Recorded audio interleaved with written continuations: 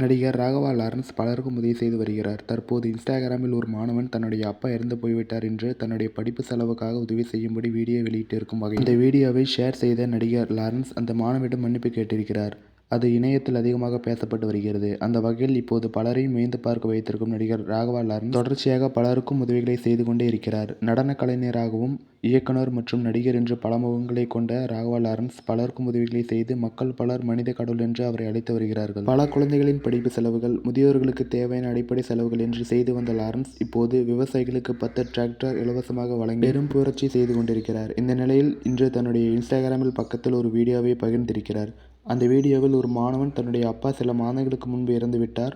அதனால் நீங்கள் என்னையும் படிக்க வைத்தால் நான் என்னுடைய தம்பிகளை படிக்க வைத்து விடுவேன். அது மட்டுமில்லாமல் என்னுடைய கனவு கலெக்டராக ஆசைப்படுகிறேன். என்னுடைய கனவை நிறைவேறியதும் உங்களைப் போலவே எதிர்காலத்தில் பலருக்கும் உதவி செய்ய வேண்டும் என்று நான் ஆசைப்படுகிறேன். அதனால் லாரன்ஸ் அங்கிள் இந்த வீடியோவை பார்த்து எனக்காக உதவி செய்யுங்க என்று கூறியிருக்கிறார். அந்த வீடியோவை ஷேர் செய்த நடிகர் லாரன்ஸ் அந்த மாணவியிடம் மன்னிப்பு கேட்டிருக்கிறார்.